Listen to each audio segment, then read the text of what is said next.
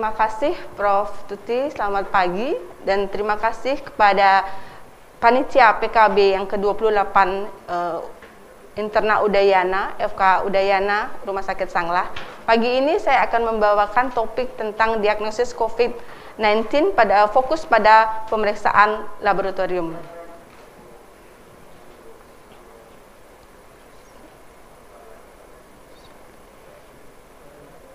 Ya, kita ketahui bahwa coronavirus ini sebenarnya sudah ada sejak tahun 1960-an, di mana human coronavirus banyak sekali menjangkiti orang dengan gejala pernafasan yang ringan, atau kita sebut dengan common cold. Kemudian kita tahu bahwa coronavirus yang patogenik yang paling terkenal adalah Severe Acute Respiratory Syndrome Coronavirus, atau kita kenal pada SARS-CoV, di mana pada tahun 2012 sampai 2014, di mana puncaknya 2003. Kemudian yang paling terkenal lagi yaitu Middle East Respiratory Syndrome Coronavirus MERS-CoV tahun 2012, di mana kejadian kematian pada kondisi MERS-CoV ini adalah lebih tinggi daripada COVID-19.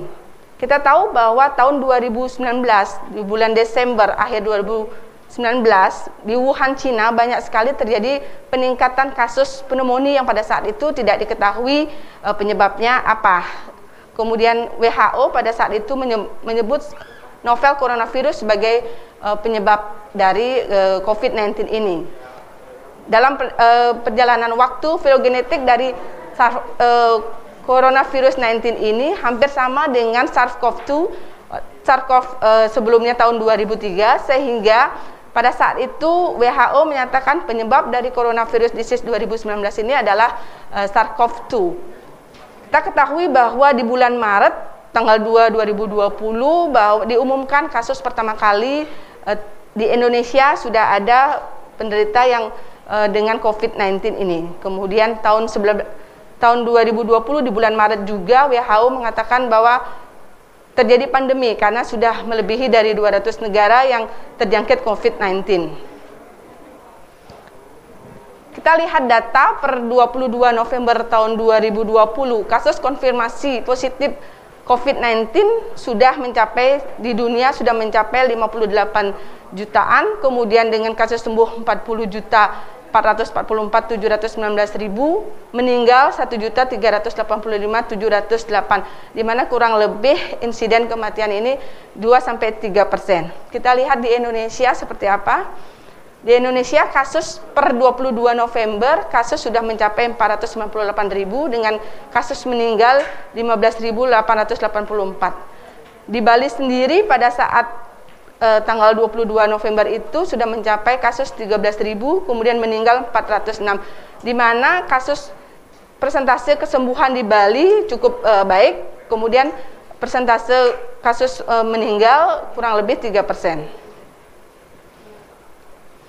Kita ketahui bahwa virus corona itu merupakan virus RNA positif, kemudian dengan strain tunggal, berselubung lipid bilayer, kemudian berbentuk bulat dan lonjong, dengan ukuran 80-160 nanometer, nanomikro, dengan tonjolan atau spike yang kita ketahui di permukaannya seperti mahkota atau corona, makanya disebut sebagai coronavirus. Sebenarnya tampilan virus corona ini sangat cantik dan menarik, tapi ternyata efek yang ditimbulkannya sangat besar. Struktur virus, ada struktur genom virus dari COVID-19 ini, dia mengandung 11 open reading frame, di mana terdiri dari envelope, kemudian membrannya, kemudian nucleocapsid, dan spike. Di antara 4 genom protein inilah yang berfungsi sebagai pemeriksaan dari NATS, di mana protein S sangat berperan. Ya, kita ketahui bahwa SARS-CoV-2 terdiri dari 2 untranslated region UTR pada ujung 5 dan 3, kemudian terdiri dari 11 open reading frame dengan mengandung 27 protein dan 9.860 asam amino. 2/3 dari genom virus ini mengandung 16 struktural non-struktural protein. Kemudian paling penting bahwa genom lainnya, yaitu 1/3 dari genom yang dikandung oleh virus COVID ini, terdiri dari 4 protein struktur utama, yaitu spike, envelope, membran, dan nucleocapsid, di mana protein S ini berikatan dengan reseptor, di mana protein S inilah yang memediasi fusi membran dan masuknya virus ke dalam sel. Ya, kita lihat di situ digambar bahwa terjadi merupakan virus RNA, adanya inti dari RNA sendiri, kemudian nucleocapsidnya, kemudian ada envelope-nya, ada membran, dan tonjolan yang di luar yang berwarna biru itu adalah spike protein, di mana protein S ini akan berikatan dengan reseptor S2 yang ada di permukaan membran sel, sehingga menyebabkan terjadinya timbulnya infeksi COVID-19 ini. Protein S ini terdiri dari dua subunit, S1 dan S2, di mana S1 ini merupakan terminal domain, dan C-terminal domainnya ini yang sangat berpengaruh, sehingga berakibat berikatan dengan reseptor di permukaan membran sel. Kemudian determinan ini sangat signifikan untuk masuknya virus ke dalam sel, sehingga reseptor dikatakan bahwa reseptor SARS-CoV-2 dan SARS-CoV itu adalah sama, yaitu angiotensin converter enzim. Hanya saja pada SARS-CoV-2 kondisi atau kekuatannya 10 kali 20 kali untuk berikatan dengan reseptor di permukaan membran. Kemudian S2 merupakan koenzim, di mana pada saluran kita dapatkan pada saluran napas, kemudian baik itu epitel bronkus, alveolus, kelenjar, serosa bronkial dan trakeanya, kemudian termasuk di makrofag dan monosit alveolar, di mana ekspresinya di sel paru-paru lebih tinggi dibandingkan dengan trakea. S2 dapat juga difus ada di sel mukosa usus halus, sel epitel tubulus ginjal, sel epitel ginjal sendiri, kemudian endotelnya, sehingga semua ini yang mengandung S2 berisiko untuk terjadinya infeksi coronavirus.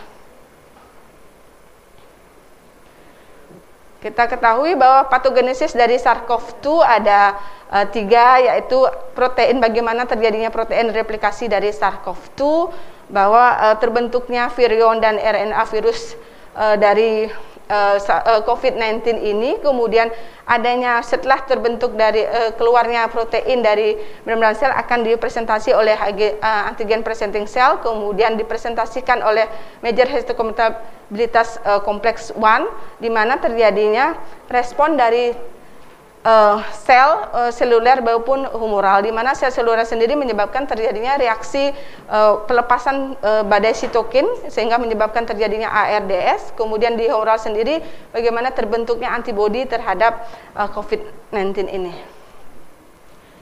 Imunopatologi yang terjadi adanya limfopeni, kemudian adanya aktivasi T sel, kemudian adanya disfungsi dari limfosit, adanya abnormalitas dari granulosit dan monosit, kemudian sehingga terjadi peningkatan produksi dari sitokin, kemudian adanya increase antibody, peningkatan antibody yang terbentuk karena COVID-19 ini. Kita ketahui bahwa gejala dari COVID-19 ini sangat bervariasi, baik itu awalnya tanpa gejala, kemudian ada gejala ringan sampai berat, baik itu pneumonia ringan ataupun berat, kemudian sampai proses selanjutnya terjadinya inflamasi yang berkelanjutan sehingga sampai terjadi prognosis sampai meninggal. Kita ketahui bahwa di awal-awal pasien dengan asimptomatis, pasien ini tidak ada gejala sama sekali, kemudian pada saat awal PCR bisa kita dapatkan dengan nilai positif.